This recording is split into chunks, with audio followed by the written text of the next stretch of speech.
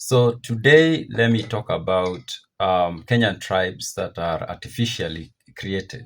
And when I mean artificially created, I mean tribes that very recently some people just sat down and decided, oh, we are going to make this a tribe. But before I do that, I need to make this very clear. When I say that a tribe is artificially created, I don't mean the people didn't exist until that tribe was created. The people have always been there. What changes is that these people are often in different groups, tribes, and those tribes were independent tribes or were tribes that you could consider to be tribes on their own. But then some people, often politicians, decided to bring those tribes together to make one super tribe. That's what I mean by artificially created. So I don't mean like the people are not there.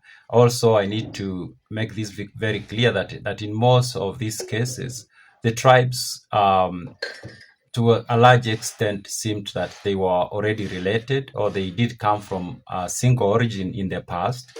But at the point where they are being put together into one super tribe, they had basically evolved into independent tribes. So I need to make that clear so that people don't come and be like, oh, you want to mean that these people are not there until 1944 or they were not there until 1920. So with that out of the way, this is a video that I'm doing as a continuation of this topic after I did a video about the creation of the Kalenjin tribe. And in the previous video, I did mention that the Kalenjin tribe was created by students at Alliance High School in the 1940s. Now, the Kalenjins are not the only ones in that we can say that it's a tribe that was created. There are many other Kenyan tribes, you'll be surprised.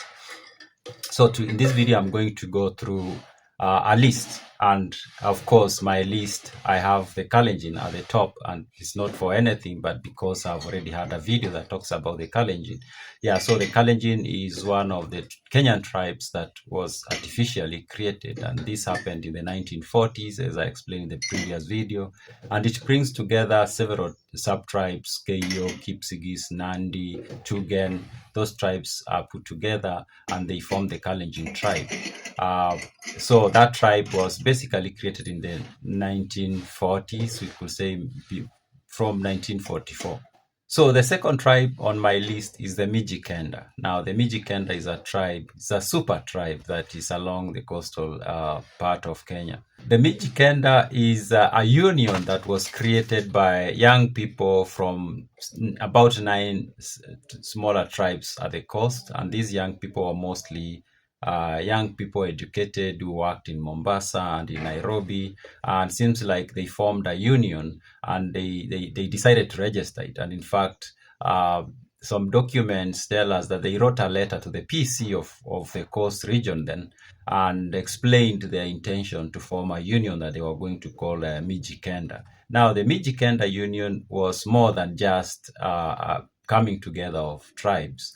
It was about investment. It was about so many other things. These young people, professionals for the most part, were going to contribute money and try to do investments and things like that. And this is a concept that was already that had already been implemented elsewhere. The Luo Union was very successful at this point. It was building schools in Kenya, in Uganda, in Tanzania. It was doing all sorts of things, starting up businesses. So it was something they were trying to copy from other places. And so they came up and registered this union, and they called it Mijikenda because it was going to be its members were going to come from 9 tribes at the coast, and the tribes are the Chonyi, Duruma, Digo, Giriama, Jibana, Kambe, Kauma, Rabai, and Ribe.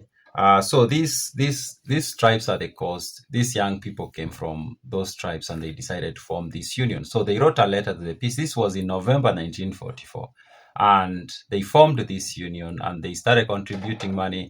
And before the end of the 1940s, the union was basically bankrupt due to embezzlement. People were not, the people who were appointed or elected to run the union on behalf of the members were not doing a very good job. They were stealing and all sorts of things. So the union basically in the 50s, 60s, and 70s, wasn't meeting its goals, wasn't performing as it was meant to perform by its founding members.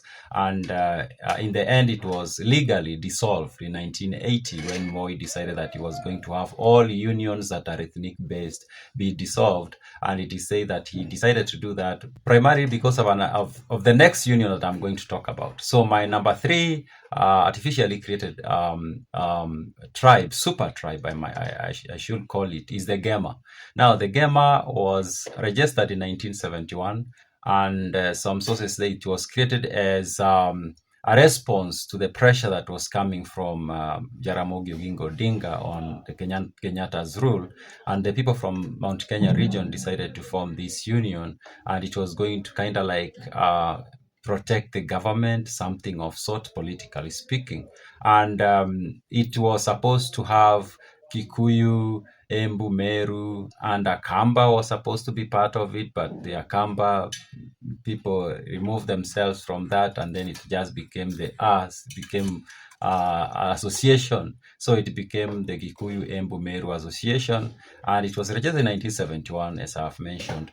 And it had an economic wing, which was called the Gema Holdings. And interestingly, one of its properties was the clay works along Thika Road. Interestingly, and that holding had a huge property around that place. And now the Gema was dissolved legally in 1980, and it's because of the activities of the Gema Association that all the other associations were dissolved, including the Mijikenda that I've already mentioned, and also the next one that I'm going to talk about. So the third artificially created a super tribe is the Luhya tribe. This was created a little bit earlier in the 1930s, and apparently it was an idea of some local community group that was formed as an association, and then they decided it was going to bring people from different tribes in that part of Kenya, the western part of Kenya, into forming one union.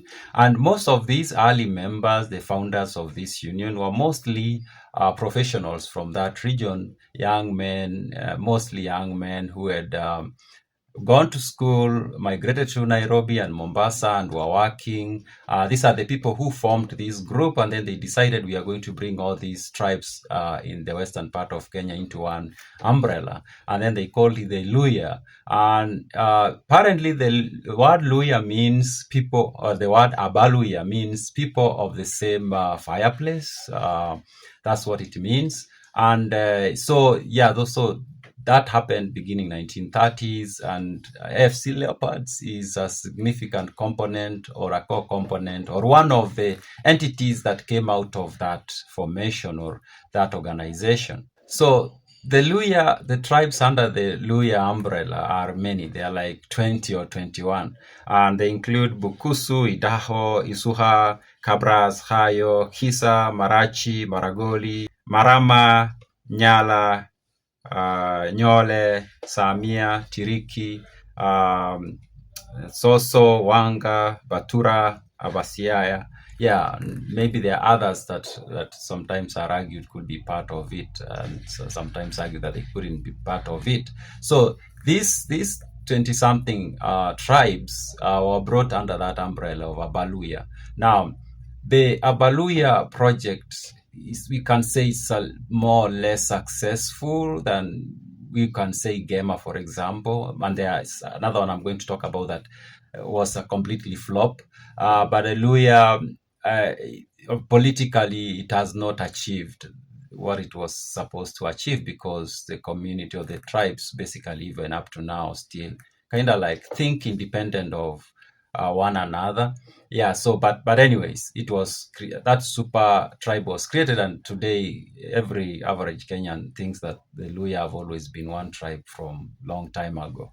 Now, the last super tribe on my list for this video is Katusa. Now, this was a complete flop. It never really picked up, and in fact, most Kenyans, especially the younger Kenyans, don't even know what that is. So Katusa was a super tribe that was supposed to bring together Kalenjin, Maasai, Turkana, and Samburu to form one super tribe that was going to be called Katusa.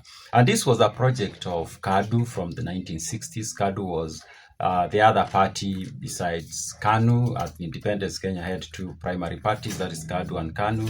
And KANU was mostly Gikuyu and Luo, who were members of that party.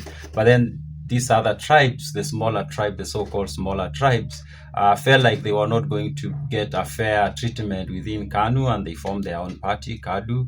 And so KADU was to represent these smaller tribes. And the politicians in that group are the ones who kind of started pushing this Katusa thing.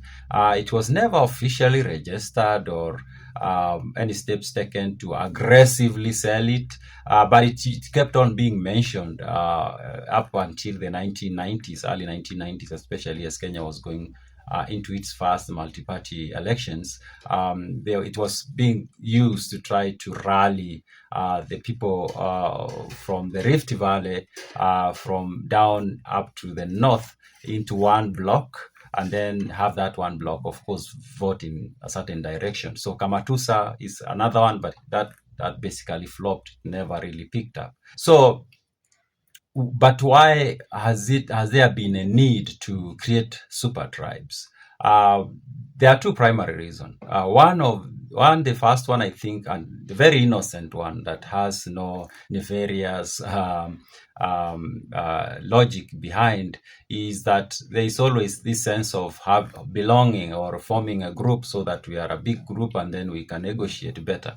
And that pushed many of these tribes to be formed. I would say Mijikenda, even Kalenjin, were created because of that, just that feeling like maybe if we are a bigger group, then we have a better chance of negotiating at the national level. But the other one is just to use it as a vehicle to grab power. Politicians, of course, find it easier when they deal with tribes. And when I say tribes here, I don't just mean ethnically based tribes, but tribes that are not even ethnically based. For example, tribes that are based on generation, Gen Zs, or for example, I'm just mentioning, that's grouping that is done so that it's easier, because trying to talk to a person, trying to convince everyone individually about a policy or about a certain direction is very complex, very difficult.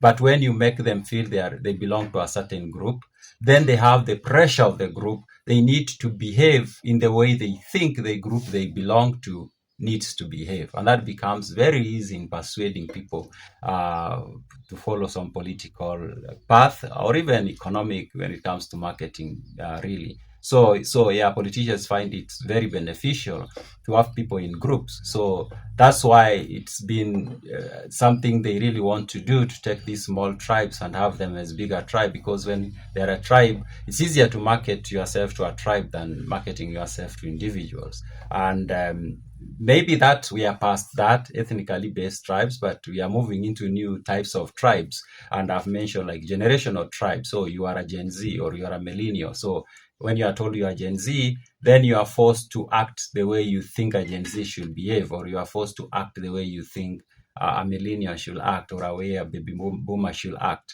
That's another way of creating tribes. Anyway, so that's my list of artificially created Kenyan tribes, and those are my random thoughts.